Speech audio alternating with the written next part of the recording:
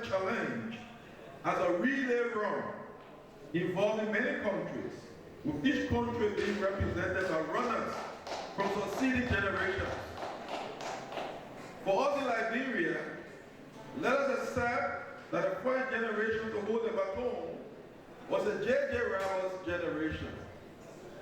From that point, the baton has been passed on to successive generations, including the Tubman generation, till today, that we can say that it is now in the hands of the Ellen Johnson Sirleaf generation.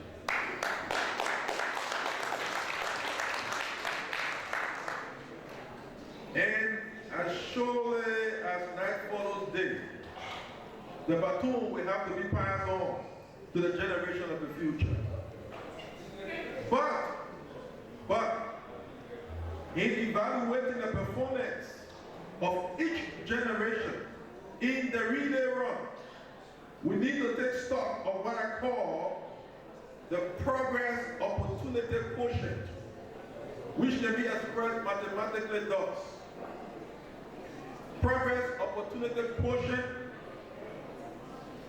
equals progress made by generation X over opportunities enjoyed by generation X. Opportunities include natural and other resources at the disposal of the generation, as well as favorable local and international circumstances. Progress is measured by the difference between what I call the human and political development index bequeathed to succeeding generations minus the human and political development index inherited. Note that we are talking about intergenerational equity, not inter-regime equity. For we believe not inter-regime equity, for we believe that success of the nation depends not only on what those in government do, but also on what every other Liberian does rather. It is incontrovertible that the generation of today has gone through a difficult period characterized by a war that occasioned the massive destruction of lives, as well as private and public infrastructure, and exacerbated what the 165th Independence Day orator, Professor D.L.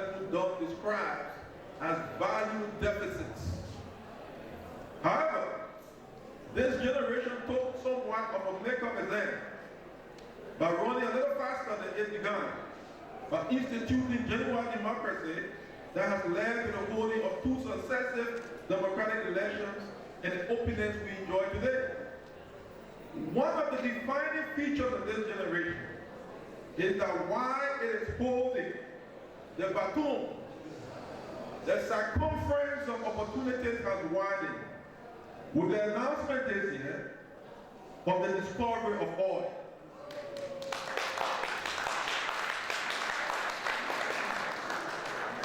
And as a result, the country is abuzz with stories, theories, analysis, predictions, speculations, and sometimes outright lies. All of a sudden, no topic in Liberia is as sexy as the oil topic. From the ordinary Liberian in the Texas, to the Liberian in Manchester, to the Liberian in the legislature or executive, every conversation is wrapped in an oily garment. Everything is now being analyzed within an oily context. Consequently, many analysts and pundits have proffered tons of suggestions as to what we should or should not do with our oil. These are my humble thoughts and suggestions. Firstly, we should not believe that by the discovery of oil, we have found the magic bullet or panacea for all of our problems, and that the next thing we can or should expect is milk and honey flowing in all our streets and in all our villages in Liberia. Let us remember that Nigeria has oil, and there are millions of Nigerians still suffocating under the yoke of poverty. Let us remember that Libya has massive amounts of oil and was considered very rich. Yesterday, the unquenchable desire for freedom and democracy led to the torpedoing of one of Africa's most powerful leaders. Additionally, we need to understand that the distance between the announcement of a discovery and the actual production of oil is long. Therefore, we should not think that government has, all of a sudden, all the resources to solve all our problems today. So it is critical that we manage expectations. For unrealistic expectations are the source of reckless hope that, if not service, may lead to frustration that may threaten the very stability of the state. Secondly, we need to massively invest in education and capacity building in Liberia, especially in the oil sector. Whilst it is true that we need to move urgently to deal with our infrastructure deficits, including constructing hydroelectric facilities across the country, connecting our cities with paved roads, rehabilitating our ramshackle ports, investing in agriculture to ramp up productivity and make us grow what we eat and eat what we grow. We should not lose sight of the fact that the most critical deficit we face in this post-oil discovery era is a capacity deficit. For example, how many Liberians have degrees or training in petroleum or chemical engineering, petroleum law, petroleum accounting, petroleum taxation, etc.? Would we continue to depend on outside experts, pay killer wages to give us advice when some of these very experts may sometimes have hidden agendas or would care less about the consequences of a flawed decision? At a recent African peer review meeting held in Addis Ababa, Uganda, President Yoweri Museveni stressed the redemptive role the mass treating of Ugandans in the oil sector has played in extracting the greatest value for Uganda as it deals with multiple oil companies. We need to dedicate a good chunk of whatever dime we generate from the oil sector to a dedicated scholarship fund meant to train Liberians abroad and locally in the field relevant to the oil sector. For the next few years, it may be necessary, I repeat, for the next few years, it may be necessary that we send not less than 50 Liberians annually on scholarships to some of the best universities across the world for undergraduate, master, and doctorate degrees in disciplines relevant to the oil sector. The only caveat here is that we should lay down clear and transparent criteria for the selection of these scholarship beneficiaries, taking into account as much as possible geographical, ethnic, and religious bias.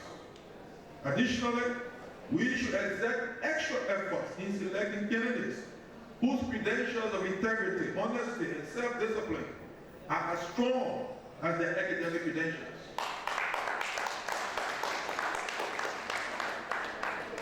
The authorities of the National Oil Company of Liberia have already begun in a small way on this path, for which I commend them profusely. We need to take bigger and bolder steps this direction. Moreover, we need to support the setting up of specialized training programs at the University of Liberia and other local universities, as well as at our vocational institutions in fields relevant to the efficient and sustainable exploitation of our petroleum sector.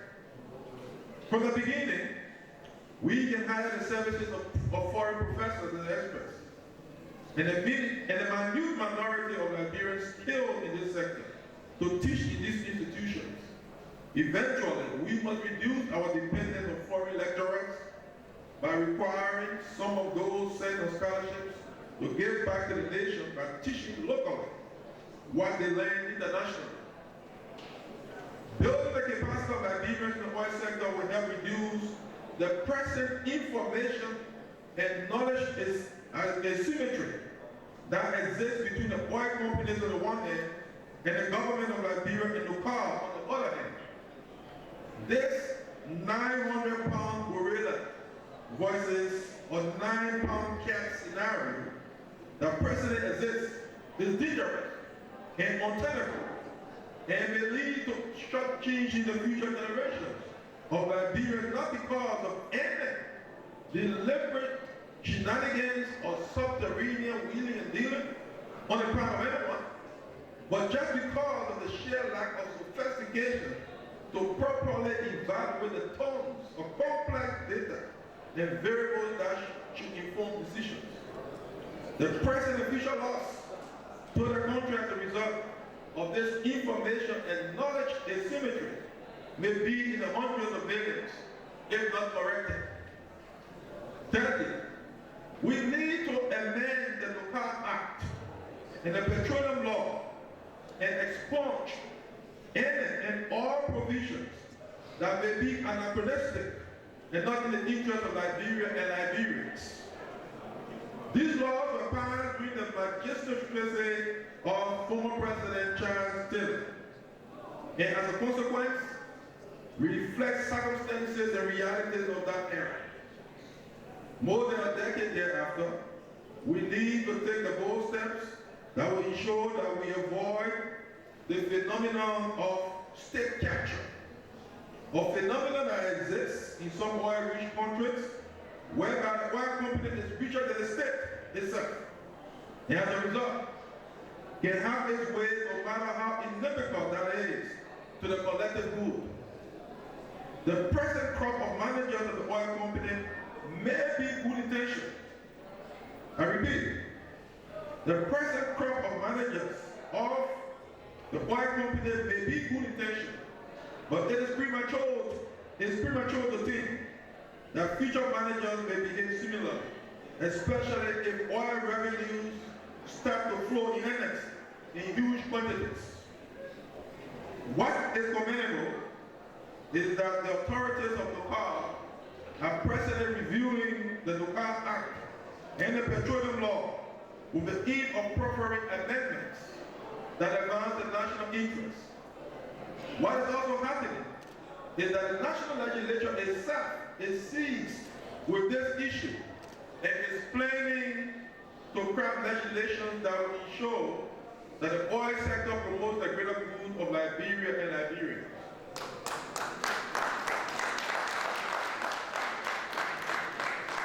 In this respect, I can only urge both Nucar and the national legislature to move quickly in harmonizing and marrying their perspectives on reform so that appropriate legislations will be enacted sooner rather than later.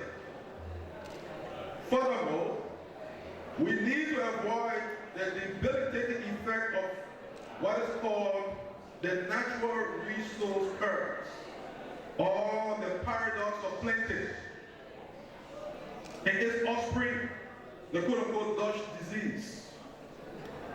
The natural resource curve, as you may know, or may not know, is the paradox whereby a country that is very rich in some natural, non-renewable resource fails to take appropriate steps to make this wealth work for the general good of the nation, thereby fueling conflict and leaving the present and future generation with a burden, not a blessing.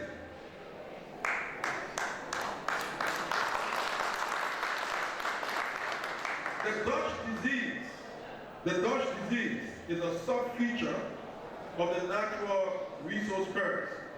It is a phenomenon whereby the currency of a nation appreciates as a result of the exploitation of a natural resource to the extent that other productive sectors and value-adding activities of the economy, such as agriculture, manufacturing, innovation, services, etc., are undermined, thereby exposing the country to a precipitous reversal of economic circumstances once the natural resource, which is finite, is depleted.